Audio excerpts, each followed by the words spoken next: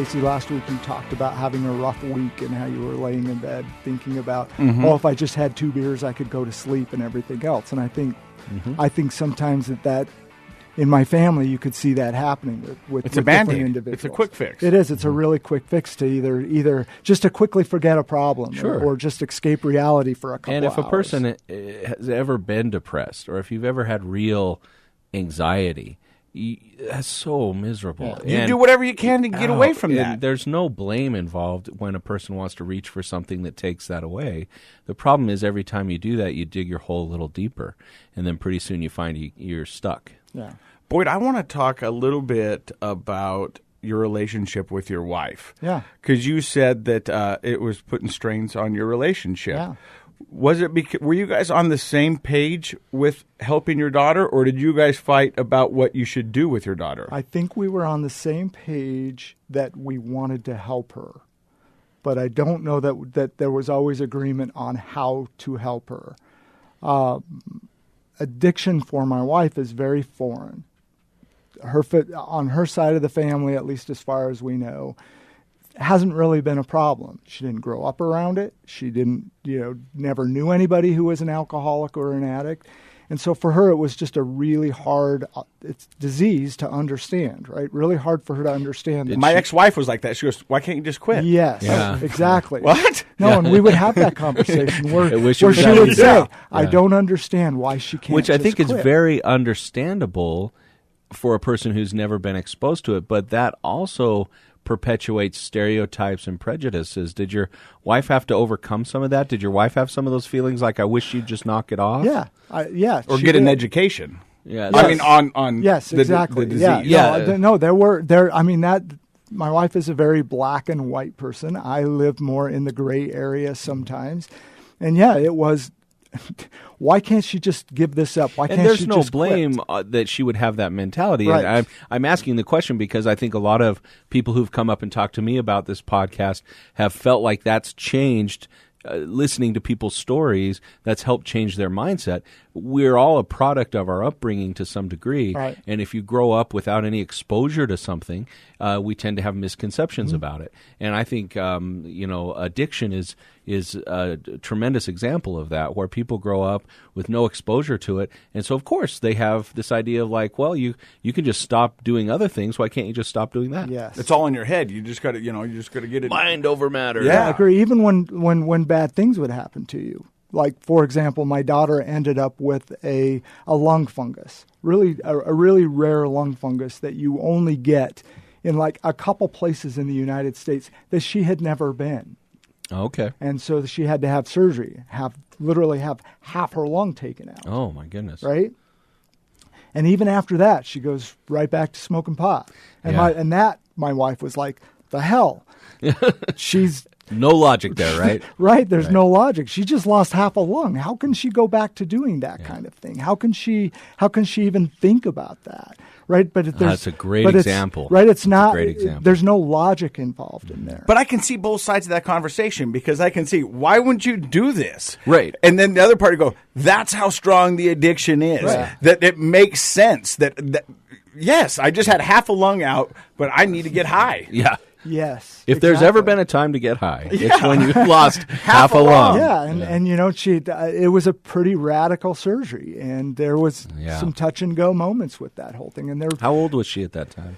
Oh man, probably she's 31 now, probably early 20s when that happened. Yeah. The reason I brought up your relationship with your wife and dealing with the addiction of your daughters, because I think sometimes, when I've talked to people in the recovery world, that you could go to one parent because you knew that they would give you money on the side, and they would tell the other spouse, no, we're strong on this.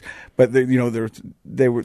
It's called splitting. Yeah. In the therapy world, where you split two people, typically family members or parents, against each other. And most kids become fast experts at that by the time they're 13 or 14. You can go to mom for $10 and you can go to dad for extending your curfew or whatever. You've kind of figure out where to go.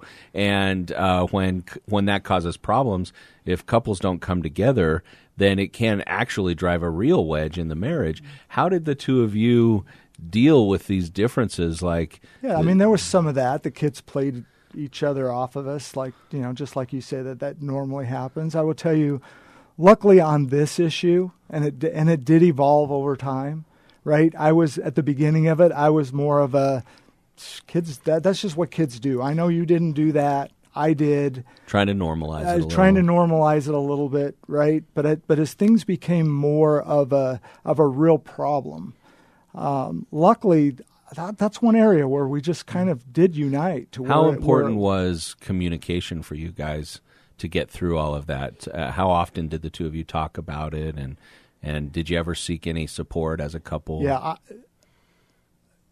we didn't seek any support until about 8 months ago, and that was probably a huge mistake on our part. I really wish, looking back, that we would have gone and seen a professional together to say, what can we do here? Some of the things. Because I will tell you what we felt most is we felt alone. We are the only parents going through this. Nobody wants to hear our problem. Family members have obviously told us that she's going to outgrow at some point. So they don't relate. Right, so they're not really relating to it, right?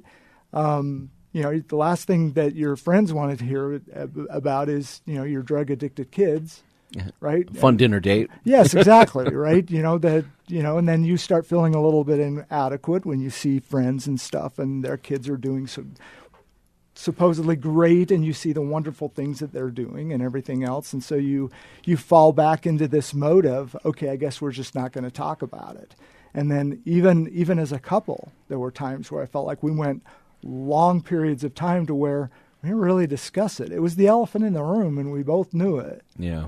But it was sometimes just easier to just not talk about it. And I think that's a really common experience for parents of addicted children, is that they do feel alone and they don't know where to go. There aren't as many obvious resources. And so that's one of the reasons that Casey and I were so excited to have you come on the show. As we've always talked about, we're trying to start a conversation. But that's not just amongst people who are struggling with addiction or in recovery, but it's also amongst family members. We really appreciate this opportunity to talk about that. And I'm sure there are people listening who said, yep, that's exactly where we're at right now. Yeah. I got two questions, and I don't want to forget them, so I'm going to ask them, and then we'll just go down on one. At any point, was there resentment from the other kids because you guys were putting so much attention on your daughter? Yes, especially in the last year. Oh, just recently. Yeah, as the addiction spiraled out of control, and we knew that we were now in a life and death situation. It really became that bad with her. I do think that there was some. I don't know if the word, if maybe resentment's such a hard word, but I mean the others would come to us and say, "At what point are you going to give up? At what point are you done? Because this is never going to change. She's never going to change." And she had damaged every relationship that she had with her siblings. She knows that now, right? It became a really tough situation. And I will tell you that over the last 2 or 3 years, it really did drive a wedge into our family. To the point to where you almost fracture a little bit. Right, all of our kids are out on their own, doing their own thing, but even trying to get them together, sure, just really tough. There was always, I don't want to say excuses, but I know that there were times where they didn't want to get together because they didn't want to deal with this, and I know that. And if they're listening to this, they're probably saying, "Oh, he does get it. I get it," yeah. Right, And that's really hard as parents to see your family fracture like that because everybody wants a close family. I do. I mean, I love my family. I love my kids. How did you respond to their question, though? When are you going to give up? What's a dad's response to something like that? You don't give up on your kids. I mean, really, it's that simple, right? It's that simple that as a parent, I mean, at least, again, no playbook. But nobody ever told me that there was an option to give up on your child, and I just don't think that there is. And I don't think and I agree with him. I don't think you give up on your kids. But from what I've learned at Pinnacle Recovery and throughout this podcast and talking to somebody, is what you give up is your boundaries, and you either put them in or you know what I mean, and go, listen, I'm not giving up on you. I want you to succeed, but I no longer have any more money to give to you. Point. I have no more, time, time, and the resources, emotional energy. Yes. That's not saying that I don't love you. And I don't. If you call me and if I can help, I can help. But I can no longer give any more of what I've got to your addiction. Yeah, and we got to that point. I mean, the last year, I think I mentioned this at the beginning. The last year was pure hell. She spiraled out of control. I mean, long story short, she had a child about what is he? He's 5 now. And over the last year, he's probably been with us 90% of the time. His father is an out-of-town worker, and that's a whole different story in and of itself, the relationship between those two, which did add to her addiction, did add to her problems, because she ended up in another relationship that was not really positive for her. But just this whole last year spiral out of control, you could see that the drug use had really ramped up. And about a year ago, May, my wife and I were actually trying to enjoy a vacation in Hawaii, get a call from her. She's losing her apartment. Can I get some money? Can I do this? And she had been asking for money all along the way. And finally it was like, I don't think I can give any more to this from a money perspective. Yeah. And then she ended up getting arrested. And she actually ended up with some really serious charges that she could have ended up like locked up for long period. Yeah, for a considerable amount of time. And after that happened, well, actually that happened before she got kicked out of her apartment. We thought, okay, this is it. When she got arrested, we were like, this is it. This is her rock bottom. This is the rock bottom. There can't be anything lower than this. She is facing some serious jail time here and some serious charges, right? And so she ended up in jail. She had a $20,000 bond. No way in hell I'm putting that up, right? Just not going to do it. You sit there until it takes you a month to see a judge. It's going to take you a month to see a judge. Sure. Right? But then like 3 days later, all of a sudden we found out that she had gotten out. I'm like, how do you get out with a $20,000 bond? How do you? Right? Well, Casey Casey looks interested. Due to overcrowding and one thing or another, right? She somehow ended up getting out on her own recognizance. They let her go. Oh. Booted her out of the jail in the middle of the night, nowhere to go. I mean, seriously, wow. They don't give you nothing, right? Yeah. Phone's dead. I have no idea how she got home that night. We only found out that she got arrested because she disappeared. And she's had periods of disappearing before, but we've always been able to figure out. And just one morning I woke up and I'm like, she's in jail. She's in jail. And sure enough, I checked the jail roster and there she is. She's in jail. Wow. And about 2 days later is when she called. As a dad, when you looking on there, are you hoping she is or she isn't? Because I know a lot of family members have said jail was the thing that saved them. Yeah, I would tell you at that point I was hoping that she is, but I will tell you that when you read your own child's name, I've read my name on a jail roster, as a parent you just it's got to be gut wrenching. Yeah, it's at that point where you just kind of go, man, I really screwed up here, right? Back to that, yeah, up to that point. So you think that that's her rock bottom, but it's not really. That really wasn't her rock bottom. She went right back to doing what she was doing. Then ended up getting evicted in May, right? She'd have a job off and on and be able to pay for things. But she'd always, like over the last year, she probably lost literally 9 jobs. She was a waitress. She'd bounce from restaurant to restaurant, not dependable, just not showing up, just, things that drug addicts do. So she literally ended up with no job, booted out of her apartment. They took all of her stuff. So, as a parent, you look at it and say, well, what you can let her go be homeless, or you can bring her into the home. And so we decided to go ahead and bring her into the home. She was there. At that point, her boyfriend had actually gone for full custody of the child. So there was this legal thing going on there. And part of her being able to even see the child is she had to be drug tested. So she was getting drug tested, and we were thinking, okay, this is it. She all this time there was no treatment. I'm not seeing a professional. I am not telling somebody else my problems. That has never happened. She maintained that through this whole process. All the way up to this point, Wow. Dr. Matt. Okay. And so part of the condition of her seeing her son is she had to go to counseling. Mm-hmm. So she had no money. At that point, I was so pissed off that I wasn't paying for anything. Mm-hmm. So she ended up in a community program up in Wasatch County. I don't even call it a program. Some one-on-one counseling with a counselor. Okay. And she was doing pretty good. I don't think she ever stopped smoking weed, but I know that she had stopped doing heroin at the time. And that went on for a couple of months. And then it was December of last year. I walked downstairs because I was going to say something to her, and she was in the bathroom, and the door was cracked, and I caught her red-handed smoking heroin. Mm. And just looked at her. And I'm like, when is this going to end? Are you kidding me? Are you, I think I said effing kidding me? Sure. Right? And it's at that point I'm like, she's okay, this is it. Right? And so she wanted to drive her car down to Salt Lake for something that night. And I'm like, oh, no, you're not driving anywhere. I'll take you. Snowstorm.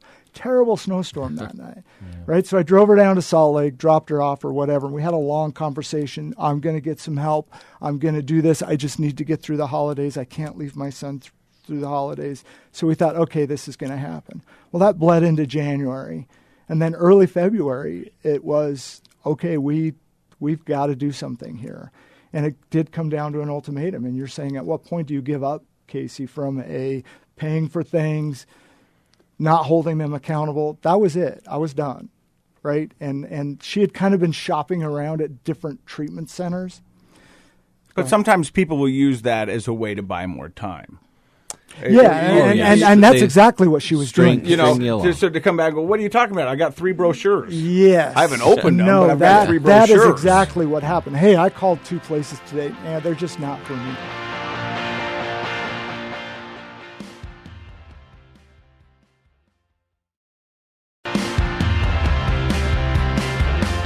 And I've watched Intervention enough. I was a big fan of the show, and that's the one thing they say is that it's those boundaries. And they go, "We're not saying we don't love you. We're just saying."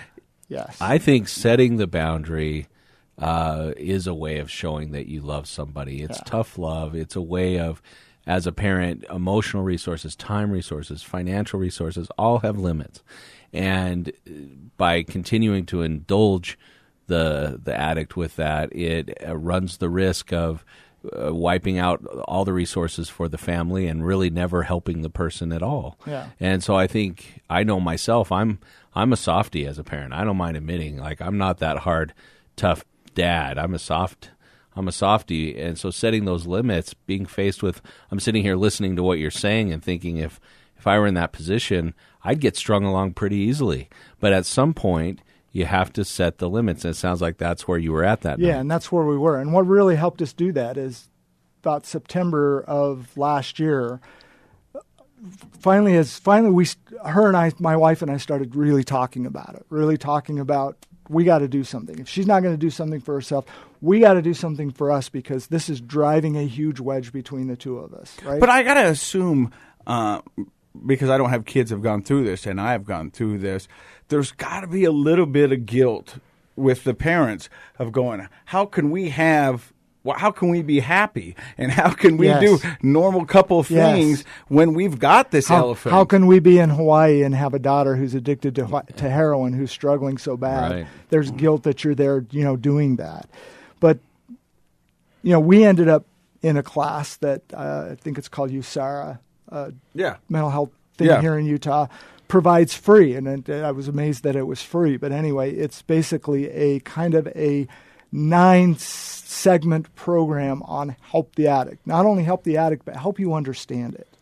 And that's the first time that we came together to say, we're going to understand this disease together. So if she's not going to go get help, we as her parents, we're going to go formally get some education and some help. Yes, we're going to get some help ourselves. And that, I'll tell you, that was life-changing for us. That's where things really turned around, right? And then it did come down to an ultimatum. And so when you sit her down as a parent and you've come up with this ultimatum, Was it just a one-and-done conversation, or did she keep coming back at the gates to see it? No, at this point it was one and done, and she knew that I was very serious about it, right? She had found a treatment center up in Midway that she liked. She had connected with the people there, and she says, I'm going there. But then it was always next week, right? And I'm like, no, this ends today, right? I had a conversation. I was driving home from work. She had blown them off for 3 days straight. Supposed to go, not go, always an excuse. Got to color. I mean, something stupid is coloring your hair. I'm not going until I color my hair. Yeah, I've talked to Mary Kay up at Pinnacle Recovery Center, and she says, there's often that it's a week or 2 weeks worth of calls before somebody commits. Oh, yeah. And so by the time they do that, right. So let's talk about your daughter now, because after 15 years, I think in the last text you said she's a couple weeks sober. No, actually, she's been. I think this is 5 months now. She went into treatment week before her birthday, so right around February 7th. Mm-hmm. Okay. She was going in for a 30-day stay, not staying more than 30 days. And I heard that a lot when I was in the recovery center. People go, I'm here for 30, and that's it. Yeah. For some people that works, and some people it doesn't. Well, the people we've interviewed on this show, it hasn't worked. So 30 days is never enough. After 30, we saw some real progress, and she was the one to say, Dad, I think I need 15 more days. Oh, great. I did 45. Right? And then after 45, she even said, I think I need 15 more days. She ended up staying 75 days. Okay. And so something was happening that was developing her own insight. And you could see that as we visited the treatment center every Sunday. You could see this change that was just amazing. Even after the first week was pretty rough. We didn't see her for like 2 weeks. But even after that 2 week, there was a flood of emotions. Emotions that we hadn't seen from her since she was a teenager. I'm like, who is this person? Did she go to the rehab because of the ultimatum? She had decided to go, but the ultimatum is what pushed her there. I basically told her, you have two choices. Get your crap together. In fact, I even went downstairs and helped her throw it all in a bag, right? I said, there's two choices. Mm-hmm. This is it. We're done. Right now, we're done. You're either going to the treatment center that's been waiting for you for 3 days, or I am taking you downtown. I will drop you at the homeless shelter. We're done. And you're going to have to figure out how to live your life. Good luck with that. Was your wife on board with that? Yeah, she was absolutely totally on board. And do you feel like that? That probably, Matt, was probably one of the places where we have never been more united as a couple, that we were done. And I feel like you'd have to be to really mean that, to really be able to stick with an ultimatum. And she knew that. it. I mean, I came home mad as hell, and she knew it. He's done. And we did. We took her. My wife took her because I was too mad at that point, and my wife took her over to the treatment center. We were a little nervous because it was literally 2 miles from our home. And we placed bets. Okay, how many nights is she going to last? Yeah. 1, 2, 3, what's it going to be? And every night we'd place a bet because not that we didn't have faith in her, we just know what her track record was for this whole thing. I think that's reasonable. Right? Like I would assume that any parent in that position would be just crossing their fingers every day she stays one more day. And then finally, 1 week turned into 2 weeks, and we're like, oh, hey, maybe there's something to this. Maybe something's going on. And then after that first visit, after we saw her, we knew at least the 30 days was going to happen. And she again, it was so nice to have the person that we knew was our daughter to come back, because she was gone. She'll tell you I was a soulless human being. See her coming back. You said her emotions were back, and it's crazy when you're in the recovery center. It's kind of like I liken it to high school. I mean, you can pick out a freshman by the way they act, by the way they stare at their shoes, and and then as they get to seniors, they get a little more confidence in that. You can see it in the recovery center. He's right. The first 2 weeks, you're in a daze. You don't talk to anybody. You're not sure what's going on. You're just kind of checking out the surroundings, kind of like a freshman. Then the third week, you start to kind of figure out how the house works, and the fourth, and then for me, by the 45th day, you go, oh yeah, there is something here, and you start to get confidence, and you could see people graduate. Did you notice like what he's describing with his daughter? Did you start to feel like your old self, or a more genuine version of yourself? Yes. and honest. And that was the thing that, when I was in my addiction and I was drinking, I couldn't remember who I told what or what, how I was piecing it all together. By the end of the day, I was just trying to string it all together to get to another day. Mm-hmm. But when you're in the rehab center, you haven't told any lies. You're not playing makeup. You're just living what they say is an authentic life. Yeah. And it's like a Control-Alt-Delete. It's like a start over. And I mean, that's what it's almost what it looked like, is that her whole life had been rebooted like a computer that was just slow and whatever, right? It's like a lot of viruses. Yes, and it was like a total reboot with her. Still is today. I mean, she's been, like I said, she's been clean for 5 months, mm-hmm. doing fabulous, doing all of her aftercare, really diving into her recovery. Has said over and over again, I never want to go back to being that person that I was. I know she's had tough days, probably tough weeks, but it's really nice to see her doing the things that she needs to do to stay sober. You mentioned she went through an emotional change.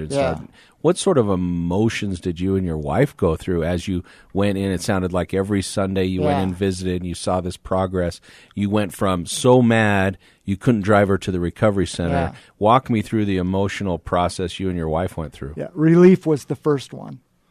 Right? I'll tell you, that first night that she was in the recovery center was probably the first full night that either one of us had slept in a year.